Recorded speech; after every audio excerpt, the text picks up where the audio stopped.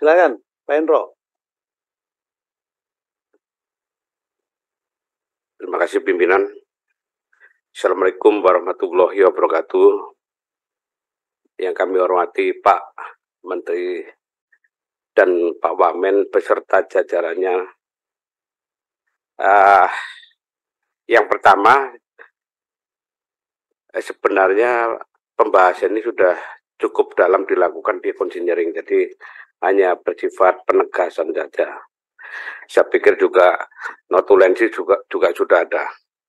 Tapi ada beberapa yang perlu ditegaskan. Waktu itu kan Pak Menteri tidak ikut, jadi bisa ditegaskan di sini. Yang pertama, saya mengapresiasi kinerja Kementerian ATR BPN sampai detik ini berjalan cukup baik kinerjanya, di mana ada pembeda antara tahun kemarin dengan yang sekarang. Kaitannya dengan persoalan-persoalan pertanahan cukup lebih tertangani, lebih aspiratif saat ini. Yang berikutnya, ini juga perlu kita dorong dari Komisi 2 kaitannya penambahan anggaran sekitar 4,143 triliun yang di sini cukup memberi harapan masyarakat dalam memperoleh hak sertifikat PTSL. Mudah-mudahan ini perjuangan ini bisa berhasil dan kita menjadi penanda bahwa paling tidak ini pukulan terakhir untuk program PTSL. Mudah-mudahan ke depan juga bisa berlanjut dengan program yang pro rakyat ini.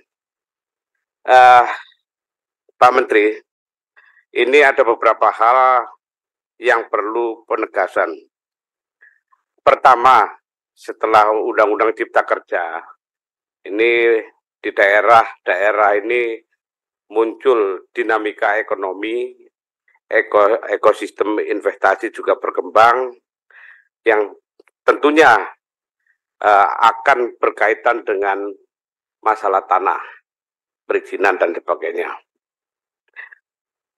Dan juga yang tidak lebih penting lagi masalah tata ruang. Makanya di sini juga masalah pembinaan dari Dirjen Tata Ruang perlu mendapat perhatian khusus. Karena tata ruang ini bersifat top down, bukan bottom up. Karena ada kepentingan investasi sehingga ada perubahan tata ruang, itu kan nggak boleh, harus top down, di mana bawah tidak boleh bertentangan dengan di atasnya atau di tingkat nasional. Saya mendapat aspirasi dari kawan-kawan Jawa Tengah, khususnya di Karimun Jawa. Nah, ini khususnya para petani tambak masyarakat, di mana banyak dari mereka itu mempunyai sertifikat hak milik di dalam tambak itu. Tapi karena ada perubahan tata ruang yang tidak aspiratif, sehingga mereka tergusur. Ada yang sudah dapat NIB dan sebagainya, ini macet. Nah, ini baru-baru ini sudah mencuat di media, tepatnya di Kabupaten Jepara itu. Nah, ini tata ruang disetujui dari ATR BPN dan juga perdanya juga disetujui di Kemendagri. Ternyata tata ruang daerah kabupaten ini bertentangan dengan provinsi. Nah, ini sudah disahkan lagi. Ini kan prosedur semacam ini tidak boleh terjadi. Karena sudah ditetapkan, akhirnya masyarakat melalui lembaga bantuan hukum, saya lihat itu mengajukan ke MA. Nah, ini tolong diperhatikan ya, daerah Karimun Jawa tata ruangnya. Yang berikutnya ini juga sebenarnya kalau tadi dikatakan Pulau Rempang dan sebagainya, ini saya terusi karena apa? banyak masyarakat menyalahkan ATR BPN, padahal tidak seperti itu kan. Bahwa ini HGU betul sudah ada, dan sepengetahuan saya, ini kan sebelum ada konstruksi, itu kan ada kajian-kajian baik AMDAL, Sosekbud, Biofisik Kimia, maupun kalau ada yang sensitif area terhadap sosial kan ada yang namanya ANDAS, analisis dampak sosial. Nah saya nggak tahu ini kok larinya nanti ke ATR BPN dipukulin. Padahal ini sebenarnya perizinan ini sejauh mana mengkajinya kan gitu loh. Bagaimana komunikasi public hearingnya seperti apa, konsultasi dengan masyarakat seperti apa kan di situ. Ini nggak pernah dibuka sedemikian lupa sehingga yang disalahkan ATR BPN. Ini dinas di provinsi yang sebenarnya bertanggung jawab, dinas lingkungan hidup yang menilai, mengesahkan izin lingkungan dan sebagainya, ANDAS dan sebagainya. Ini. Nah ini yang berikutnya, saya juga terima kasih terhadap Pak Menteri, Kementerian ATR BPN, karena sebentar lagi Perpres Percepatan Reforma Agraria akan ditandatangani oleh Presiden. Ini menjadi kabar baik bagi masyarakat, rakyat Indonesia yang akan segera bernafas lega terhadap masalah-masalah tanah di Indonesia ini. Dimulai dari Jawa Timur, udah mulai berjalan ini, KSP berjalan, tentunya sepengetahuan setelah koordinasi dengan Kementerian ATR BPN. Berikutnya, kaitannya dengan kemarin waktu konsinyering bicara masalah STPN. Saya terima kasih kepada Pak Menteri yang kaitannya tadi dalam paparannya sangat fokus terhadap pendidikan STPN. Apalagi di sini Center of Learning-nya itu akan pengembangan STPN sebagai Center of Learning sampai 2027 menjadi Satker BLU. Nah ini mudah-mudahan ini bahwa kita memang menghargai sumber daya manusia dan mudah-mudahan STPN ini bisa menjadi penyangga soko guru utama dari BPN. Nah, namun demikian Pak Menteri, ini dari bacaan saya, dari yang saya baca, mungkin saya salah ini. Ini berdasarkan dari kunjungan spesifik yang dilakukan di STPN kan kita dengar STPN akan menambah 2 prodi baru. Nah ini kan juga cukup baik juga dan akan berubah ke politeknik ke depan 2027 juga S2 dan sebagainya. Ini tentunya membutuhkan energi baru dalam bentuk dosen. Pak Mardhani bisa jadi dosen nanti itu Komisi 2. Karena pasti tambah dosen dan juga tentunya nambah sarana prasarana dan biaya yang lain. Namun Pak Menteri, ini saya lihat ya, aneh bin ajaib juga. Ini anggarannya kok malah turun dari tahun kemarin. Ini kan 2023 sebesar sekitar 40 M, tahun 2024 saya hitung 38,253. Ini kan nggak sinkron dengan statement yang ada. Nah, terus kita cek lagi, dari PNBP, ini dilihat yang ada, ini kan cukup bagus. PNBP naik sekitar 20 M lebih. Tapi pagu PNBP dari pusat ini kok cuma 16 M. Ini yang untuk SPN dan sebagainya. Ini mohon Pak Menteri ini dikoreksi kalau memang kita fokus terhadap sumber daya manusia ya ini diperbaiki. Kemarin waktu konsinyering masih tergabung dalam anggaran sekjen, nah sekarang sudah terpisah, tapi kurang. Menurut saya ini supaya bisa minimal itu sama, tapi kalau melihat program yang Pak Menteri paparkan, menjadi politeknik dan menjadi sektor PBLU ini perlu energi besar untuk mengarahkan ke sana. Ini naik lah, harusnya naik, logikanya naik. Terus yang jangan kelamaan Pak Hendro. Ya, ya sebentar. 10 menit lebih sendiri. Itu. Jadi lupa ini. Nah ini,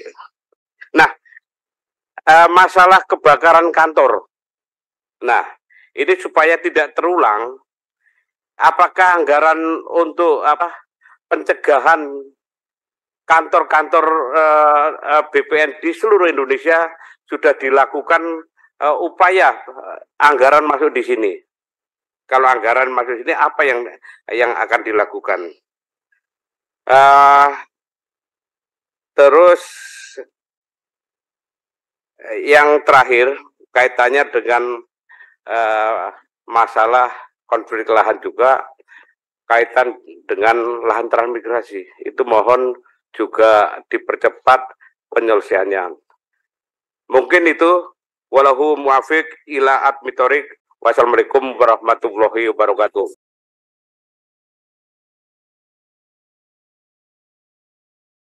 Baik Ibu sekalian, saya rasa cukup ya dalamannya. Di itu Pak Menteri beberapa pertanyaan, pendalaman, saran, masukan. Jadi yang saran dan masukan cukup untuk dicatat dan nanti direnungkan ketika keluar dari ruangan ini. Silakan Pak Menteri. Terima kasih banyak pimpinan. Saya ingin jelaskan terkait dengan tanah di Pulau Rempang, bahwa di Pulau Rempang itu tidak ada AGU. Tidak ada AGU. Tanah Rempang itu yang luasnya adalah 17.000 hektar, ini adalah kawasan hutan. Kemudian 600 hektar itu adalah APL. APL-nya dari BP Batam. Jadi masyarakat yang ada di sana juga menempati Pulau Rempang itu juga tidak ada sertifikat. Karena memang semuanya di bawah dulu otorita ini Batam. Sebelum pecah kejadian di Rempang, saya sudah melakukan pendekatan dengan masyarakat. Sebelumnya masyarakat sudah hampir 50% menerima usul kami. Yang pertama adalah karena ada 15 titik masyarakat di Pulau Rempang itu, mereka hidup sebagai nelayan di pinggir pantai. Dengan adanya proyek ini, kami coba ketuk hati masyarakat dengan tetap menghargai budaya lokal adalah menawarkan untuk dicarikan tempat atau kita katakan relokasi yang awalnya tidak memiliki sertifikat, akan kita berikan sertifikat hak guna bangunan. Kita siapkan 500 hektar, sesuai dengan kehidupan masyarakat di situ adalah sebagai nelayan, kita tempatkan di pinggir lautan agar mudah untuk mencari nafkah. Dari 500 itu, kami akan terus pecah-pecah dan akan kita berikan masing-masing 500 meter dan langsung sertifikat. Di situ pun akan kita bangun sarana untuk ibadah, pendidikan, dan sarana kesehatan. Kemudian kami juga akan koordinasi dengan KKP untuk bisa diberikan bangunan berupa dermaga untuk nelayan. Selama pembangunan, kita akan berikan biaya hidup per keluarga dan dicarikan tempat. Ke depan juga akan kita minta putra-putri di 15 titik itu untuk kita didik di Tiongkok untuk alih teknologi dan ditempatkan di perusahaan kaca tersebut. Rata-rata mereka senang mendengar penjelasan saya melalui Bapak Gubernur maupun Bapak Wali Kota. Tanggal 8 sudah dilakukan pematokan sebanyak 150 patok. Tidak ada masalah. Tapi berapa hari kemudian terjadi masalah. Kami akan datang lagi ke sana untuk menemui masyarakat, untuk saya sampaikan bahwa apakah yang kita tawarkan semula itu tetap bisa diterima. Karena kalau harus kembali ke APL yang sekarang diduduki di Pulau Rempang, memang di situ semuanya tidak bersertifikat. Di APL tidak kita berikan sertifikat dari otorita Batam atau PP Batam.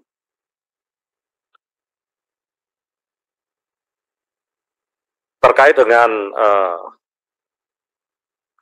PTSL, kami mengucapkan banyak terima kasih atas dukungan anggaran tambahan. Mudah-mudahan ini bisa keluar sesuai dengan rencana, karena kami akan berpegang apa yang dikatakan oleh Bapak Dr. Mardhani bahwa hak atas tanah rakyat itu didahulukan. Beberapa kunjungan saya khususnya adalah wilayah-wilayah yang sangat minus menjadi perhatian saya, selalu saya datangi dan saya berikan sertifikat itu sesuai dengan tujuan kami adalah mengutamakan masyarakat-masyarakat di pedalaman, pulau kecil dan pulau terluar, sehingga mereka juga merasakan kehadiran negara. Di antaranya adalah petani gurem, rakyat miskin, nelayan tradisional bisa tersenyum karena kehadiran negara. Kemudian dalam kegiatan ini juga kami menyampaikan bahwa program PTSL yang kami laksanakan itu sampai dengan saat ini kita sudah mendaftarkan tanah sebanyak 106,5 juta bidang. Sehingga dengan dukungan anggaran nantinya itu bisa 2024 targetnya bisa sampai 120 juta bidang. Dan banyak juga masyarakat yang melaporkan bahwa tidak masuk dalam program PTSL seperti yang baru saja 1 hari yang lalu Bapak Presiden kunjungan ke Bulog. Ada masyarakat yang menyampaikan kepada Bapak Presiden bahwa program PTSL belum menyentuh kepada masyarakat dan sampai saat ini belum menerima sertifikat itu. Dan setelah saya lihat bahwa permasalahannya adalah masyarakat itu tidak bisa kita berikan sertifikat karena alasannya milik Bulog dan milik TNI Angkatan Laut. Seperti kasus yang terjadi di Ujung Genteng dengan TNI Angkatan Udara. Pimpinan dan anggota Komisi 2 DPR RI, permasalahan ini hampir terjadi di mana-mana, Pak. Tanah TNI yang di atasnya ada masyarakatnya, contohnya adalah di Boyolali, di Jawa Tengah, yang jelas Boyolali yang kami tahu, kemudian di Jakarta, Kelapa Gading, kemudian di Kalimantan Utara. Kami sudah berkoordinasi dengan Bapak Panglima TNI. Apakah bisa tanah-tanah milik TNI itu diberikan hak guna bangunan di atas hak pakai atau HPL milik TNI selama tanah itu memang tidak digunakan, apalagi jauh dari markas utama. Karena objeknya itu adalah milik TNI dan pada waktu itu Laksamana Yudo mengatakan bisa. Tapi saya tunggu sampai sekarang masih belum ada realisasinya. Ini akan saya kejar, termasuk yang di Ujung Genteng, Pak.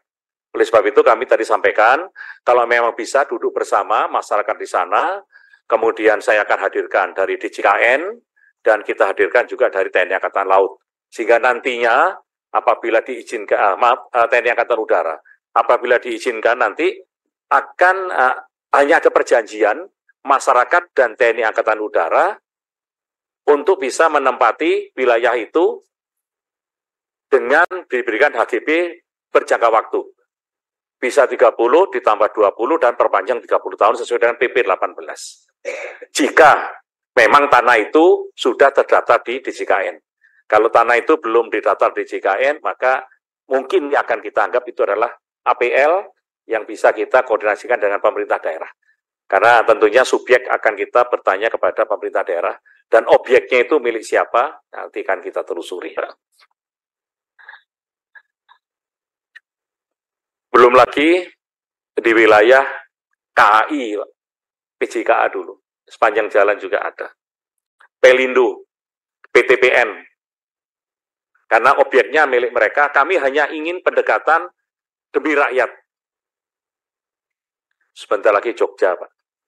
Jogja juga, karena itu adalah tanah Sultan Ground, dan masyarakat sekarang juga mulai memperpanjang HGB, namun ada kendala, adalah apakah tanah itu memang Sultan Ground atau tanah bukan Sultan Ground. Ini juga kami lakukan pendekatan. Untuk anggaran sengketa tanah di Indonesia memang ada 78 miliar ya.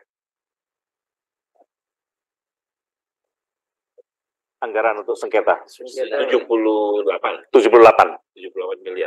miliar. Sedangkan untuk anggaran di IKN tidak ada di Kementerian ATR BPN.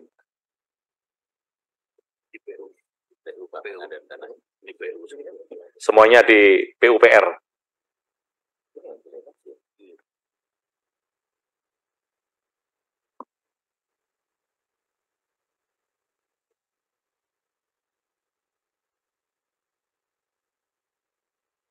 Kemudian untuk Karimun Jawa akan kami cek ulang. Kami cek ulang, Pak. Ya, Pak Gabriel ya, untuk terkait dengan tata ruang. Dan saya juga terima kasih atas dukungan dari Komisi 2 DPR RI terkait dengan SDPN. Kami memang sangat memerlukan SDPN untuk mencipta sumber daya manusia khusus untuk pertanahan.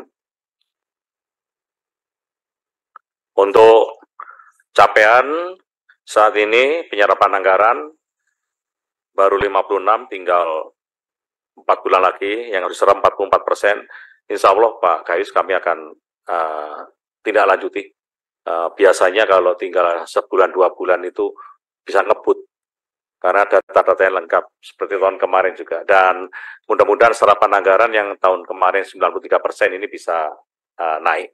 Kami akan kerja keras.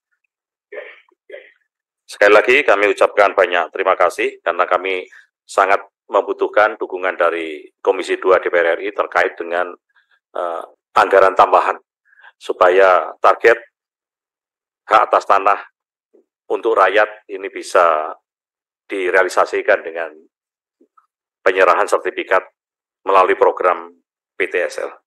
Demikian, Pak. Izin Ketua.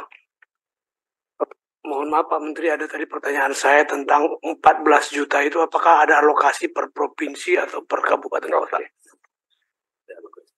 Alokasi tidak ada, Pak. Ada. Sudah. Nanti koordinasi sama Pak Sekjen ya, Pak. Jadi itu kan pasti ada tuh nanti secara teknis dengan Dirjen ini aja. Ya.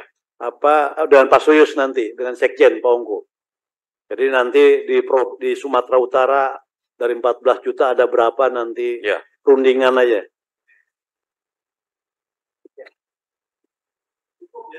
Ibu sekalian, izin Ketua, Saudara Menteri, yang tadi tolong ditegaskan dalam forum ini bahwa Kementerian ATR akan betul-betul serius. Yang saya sampaikan itu, Pak. Jadi tidak bolak-balik kita bicara terus mengenai ini, Pak. Ya, terkait dengan perbaikan untuk aturan internal, memang Pak Tejo sudah terus menyelesaikan, karena kami juga tidak menginginkan anggota saya di daerah juga dikriminalisasi. Saya ingin melindungi seluruhnya, dan kami juga menginginkan APIP juga aktif, sehingga permasalahan ini jangan sampai mendahului ke peradilan, namun kita bisa ambil ke dalam. Namun MOU akan kita laksanakan Dalam waktu dekat bisa Pak ya? Bisa. Dari Sekjen sama dari itu. Sudah. Oh, Kejaksaan dan Mahkamah Agung menjadi tenaga ahli di Kementerian ATR BPN. Nanti di bawah Dirjen 7. Termasuk pengacara. Kami sangat serius untuk bisa melindungi anggota kami biar tidak mereka terombang-ambing. Ya, terima kasih.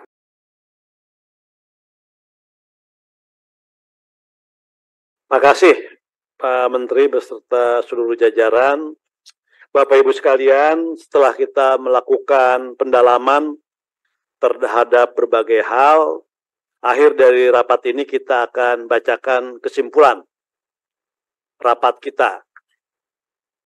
Kesimpulan rapat kerja Komisi 2 DPR RI dengan Menteri Agraria Tata Ruang, Kepala Badan Pertanahan Nasional, Selasa 12 September 2023. Pertama, Komisi 2 DPR RI menyetujui pagu anggaran Kementerian Agraria dan Tata Ruang, Badan Pertanahan Nasional sebesar 7.183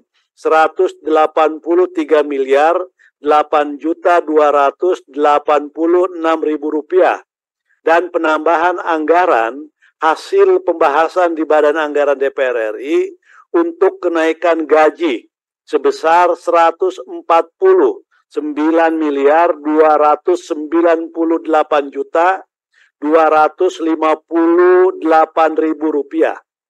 Dengan demikian, pagu alokasi anggaran Kementerian ATR BPN tahun 2024 menjadi sebesar 7.332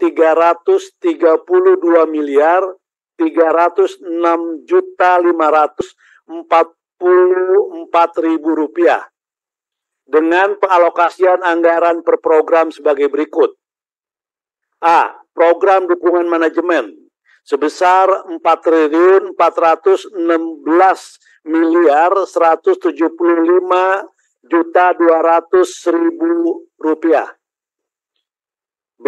Program pengelolaan dan pelayanan pertanahan 2.804 miliar 91.118.000 rupiah. C. Program penyelenggaraan penataan ruang 112 miliar 40.225.000 rupiah. 2. Yang satu diterima ya, simpulannya 7 ya. Yang kedua, Komisi 2 DPR RI menyetujui usulan tambahan anggaran yang diajukan Kementerian ATR BPN sebesar 4.143 miliar 54.464.000 rupiah dan meminta kepada Badan Anggaran DPR RI untuk memenuhi usulan tambahan anggaran tersebut serta menambahkannya ke dalam pagu alokasi anggaran atau pagu definitif Kementerian ATR BPN tahun 2024 melalui pembahasan di Badan Anggaran DPR RI. 7 ya, simpulan nomor 2. Bapak Ibu sekalian, sebelum kami tutup, pimpinan mengucapkan terima kasih kepada Saudara Menteri Agraria dan Tata Ruang beserta jajarannya serta pimpinan dan anggota Komisi 2 DPR RI yang telah hadir pada rapat hari ini. Dengan demikian, rapat kita akhiri. Billahi taufiq wal hidayah. Assalamualaikum warahmatullahi wabarakatuh.